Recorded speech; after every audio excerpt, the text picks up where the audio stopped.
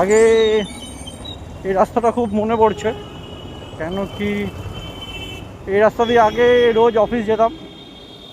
এই সেই বাগুইআটির রাস্তা, টান টান যেতাম, বাড়ি থেকে বেরোতাম 10-15 মিনিট আগে, ঠিক পৌঁছে যেতাম, লেটও হতাম না। এখন তো সালা 1 ঘন্টা আগে বেরোলে ইন্টারভিউ ঠিক নেই। এখনো জ্যাম সেট হয়ে গেছে। তো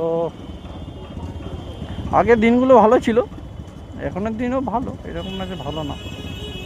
তো